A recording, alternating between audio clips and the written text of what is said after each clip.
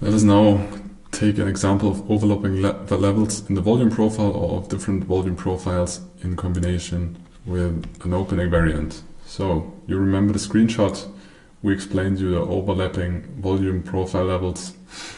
So you have a low volume node here and the volume area high, another value area high, another value area high. So we have a shift then to the downside, the POC is shifted, but then it is very likely that we will get a reaction when we go back to this overlapping zone or area of interest.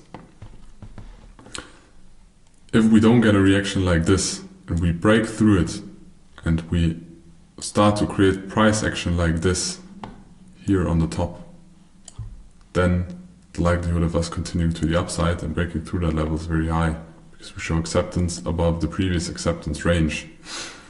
Otherwise, we will look for short trades because there very likely will be a reaction on that price level. So if we check the charts and we have an overlapping of value areas like this, so we have a profile structure like this, we have rising POCs, the likelihood of us continuing long is very high, rising volumes, kind of weak highs, and the POCs are rising, value areas are rising. And then we are opening outside. The likelihood of us continuing to rally is one of the first ones, so we can check for low volume areas and single prints where we can enter to continue long. But if that does not happen, the second most likely option in this case is we have the open down there, that we retest this very important and interesting level. So as you can see, we perfectly tested that level. Furthermore, from the previous day, we have a P profile because we have one lower close, second lower close, we have our resistance line over there. So we test the value area high, below that we have a P profile, we have a balanced profile. If we test something, this POC is going to be likely, it's likely that this POC is going to be tested again. So we can put our stop loss either below the POC or below the range, and our take profit is depending on if we have naked POCs from the past or naked value areas from the past. And that's where our take profit will be. So first we can try to look for a long trade on the retest. So first idea is we continue.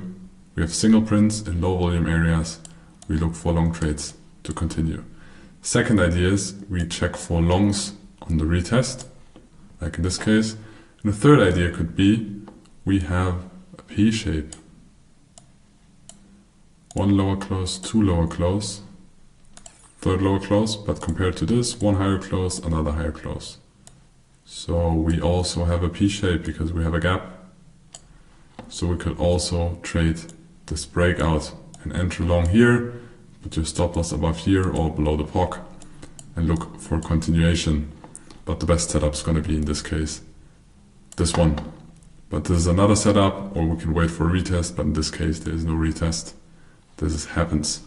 So this is a combination of overlapping levels and the opening scenarios and the PVD shapes you use for trading, and with those puzzles you stick them together and then you create your trading ideas.